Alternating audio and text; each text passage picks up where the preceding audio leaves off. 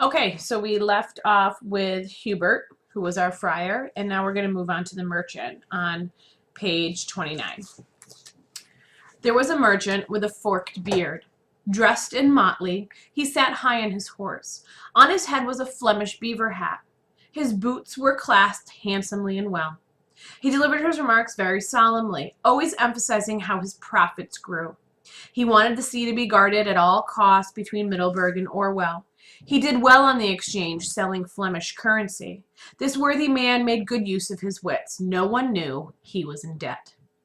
He conducted himself in such a stately way with his bargainings and his borrowings. In any case, he was indeed a worthy man. But to tell the truth, I don't know what his name is. So he is kind of the fashionista of the group. He has a motley means colorful, patterned cloak. He wears a Flemish beaver hat. He has a forked beard. This is all very current fashion trends of the moment. His main motivation is making money. And the military protection of a trade routes allows him to do that. He appears prosperous, but actually the merchant is in debt. He manages to kind of keep his head above water by continuing to borrow and to borrow and to borrow, never letting on to anybody, either by his appearance or by what he's saying, that he is actually in debt. In medieval England, to be in debt was a sign of moral weakness. So obviously you don't want the merchant, the person who's supposed to be protecting trade routes, to be in debt or to have low moral standing. So when Chaucer actually tells us the merchant was a worthy man withal, we can probably take that a bit ironically. There was also a clerk of Oxford. The clerk of Oxford is sometimes called the student, who had long since devoted himself to the course of logic or philosophy. His horse was as lean as a rake, and he himself was not exactly fat, I assure you, but looked hollow and serious. His outer cloak was very threadbare, for as yet he had not got himself a benefice, nor was he worldly enough to hold a secular office. So he is very thin and meek. His horse is very thin and meek. He's devoted so much to philosophy that he doesn't really worry about feeding himself or his horse. He's actually hasn't gotten a position of religious status yet. So that's why he hasn't doesn't really have any steady income. He would rather have 20 volumes of Aristotle in his philosophy bound in black or red at the head of his bed than rich robes or a fiddle or lively harp. But although he was a philosopher, he still had little gold in his coffers. He spent all that he could get from his friends on books and learning, and diligently prayed for the souls of those who gave him money to carry on his studies with. He gave most of his attention to studying. He never spoke a word more than was necessary, and what he did say was in due form and reverent, and short and to the point, and full of lofty thought. His talk tended toward moral qualities, and gladly would he learn and gladly teach. So he would rather have 20 volumes of Aristotle than have anything that was materialistic. He is completely devoted to his study of philosophy, to being a student. He prays for those who actually give him money. Most of the time he gets money because he is asking for it. And he speaks very little. And Chaucer's obviously had engagements with him, and he knows that he is short and to the point, and he often speaks of other people's morals and what he views as important.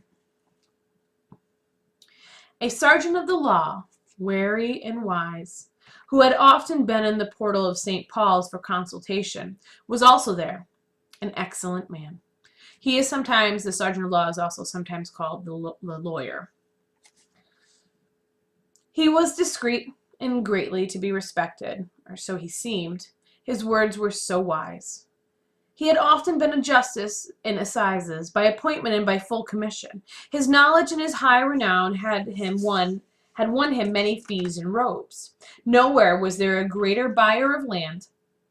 All was fee simple to him in effect. His title could never be found defective. Nowhere was there a man as busy as he, and yet he seemed to be busier than he was. He knew the exact terms of all the cases and judgments occurring since the time of King William the Conqueror. Also, he could write and draw up a deed so that no man could find fault with his drafts. And he knew every statute absolutely by heart.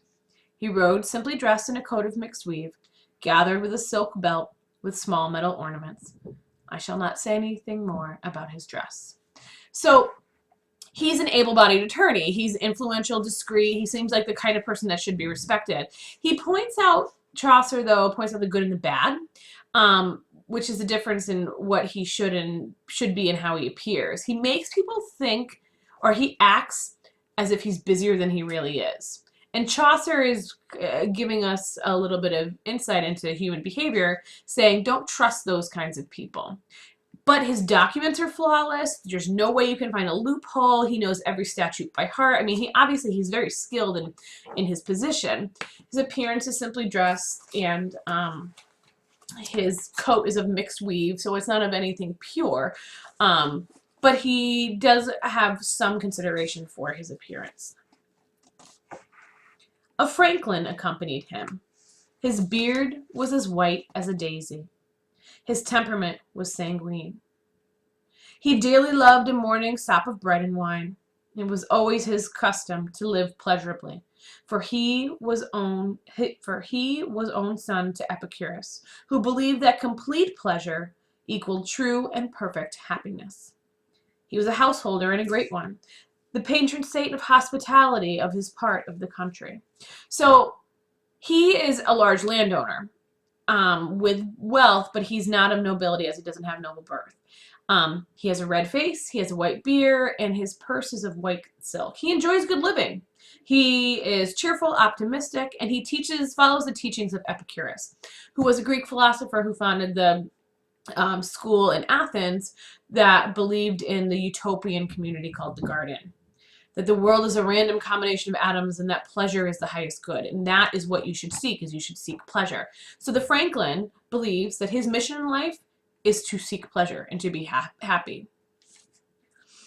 The quality of his bread and his ale never varied. A man better furnished in his wine cellar did not exist. His house was never without baked dishes, both fish and meat, and these so plenteous that it seemed to snow food and drink in his house, with all the delicacies thinkable. He varied his dinner and supper according to the various seasons of the year. He had many a fat partridge in his coop, and many a carp and pike in his fish pond. Woe betide his cook unless his sauce was pungent and sharp, and all his utensils ready. In his great hall the table stood always ready, fully set all the day long. At court sessions he was lord and master. He was often in Parliament as knight of the shire. A dagger and purse made of silk hung at his girdle, white as morning milk. He had been a sheriff and a county auditor. Nowhere else was there such a worthy landowner. So, Epicurus is said to be the chief saint of hospitality, and the Franklin believes that he should have the best food at all times. So much so is that his dining room table or kitchen table is constantly set up for a feast. So if anybody wants to come at any time to have the finest foods per season, as fresh as it can be, you can go and see the Franklin. He's generally liked by the other pilgrims. He was held a position in Parliament. Mostly, though, he is known for the way he treats other people and his hospitality. A haberdasher and a carpenter, a weaver, a dyer, and a tapestry maker were with us too, all clothed in the same livery, that of a great and dignified guild. Their gear was all freshly and newly adorned. Their knives were mounted not with brass, but entirely with silver. Their belts and their purses were beautifully made in every respect. Each of them seemed, indeed, a burgess imposing enough to sit on the days in a guild hall. Every one of them, because of his wisdom, was suited to be an alderman. For they had enough property and income, and also their wives would certainly agree to it, otherwise they would surely be to blame. It was very nice to be called madam, to go into church first on feast eves, and to have your mantle borne right royally. So the 5 guildsmen are grouped all together. So they don't have individual identities, so that can lead us to believe that Chaucer doesn't see them as individual people.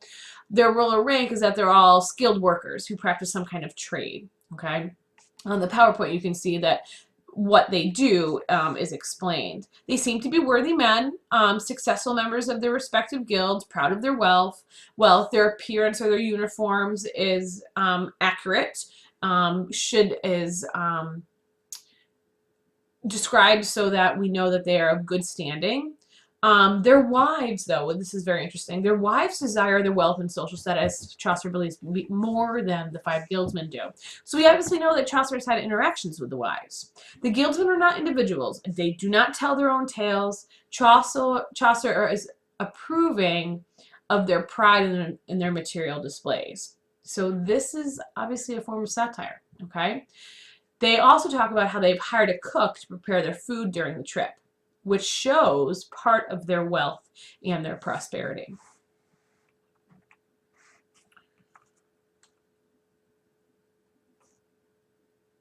A shipman there was who lived far in the west. For all I know, he came from Dartmouth, in a coarse knee-length woolen gown. He rode a large nag as best he could. He had a dagger hanging on a strap, which went about his neck and down under his arm. The hot summer had tanned him, and certainly he was a good fellow. He had drawn many a draught of wine on the way from Bordeaux while the wine merchant slept. He paid no mind to fussy conscience. If he fought and had the upper hand, he sent his captives home to every land by water. But when it came to his craft of reckoning his tides, his currents and the hazards around him, his anchorage and his moon and his compass work, there was no other such man from Hull to Cartagena. He was a hardy man, prudent in his undertakings. Many a tempest had shaken his beard. He knew all the heavens as they appear, from Gotland to the case of Finisterre, and every creek in Brittany and Spain. His ship was called the Magdalene. So the shipman is a huge man, coarse, knee-length woolen gown, dagger, tan from being outside in the elements. He steals wine, though. Shipman, being that he runs a ship, he steals from those he is actually transporting.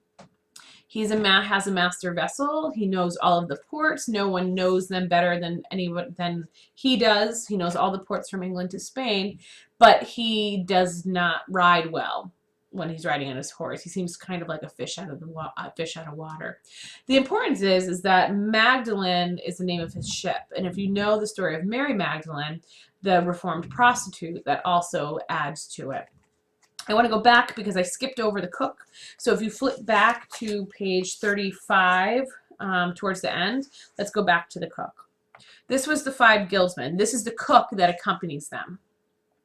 They had a cook with them for the occasion, to boil the chickens with the marrow bones and tart spices and seasonings. He could easily recognize a draught of London ale. He could roast and boil and broil and fry, make stews and make a pie well. But it was a shame, it seemed to me, that he had an ulcer on his shin. For making an elegant chicken stew, he was among the best. So this guy's hired by the 5 guildsmen and their wives to go on the pilgrimage and to basically cook all their meals. He is a master of his trade. He's fantastic. And the problem is though, he can really recognize any kind of beer. So we obviously know that he has a little bit of a drinking problem. He's good at cooking, but he has, this is kind of gross, a running sore on his shin, which makes you believe that he's perhaps not worried about cleanliness, which is not really a good characteristic to have if you are a cook. His best dish was his cream chicken pie, whose white sauce kind of Chaucer's insinuating could be the same color of maybe the infection in his shin. Really gross, I know. So he's juxtaposing the fact that the cook has a sore besides the point of praising him for his cooking. This is Chaucer's one of his many different kinds of attempts at humor. So we're going to end this 3rd video. Make sure you have the notes. I'm sorry we had to go back to the cook. And so make sure you have the notes through the shipman.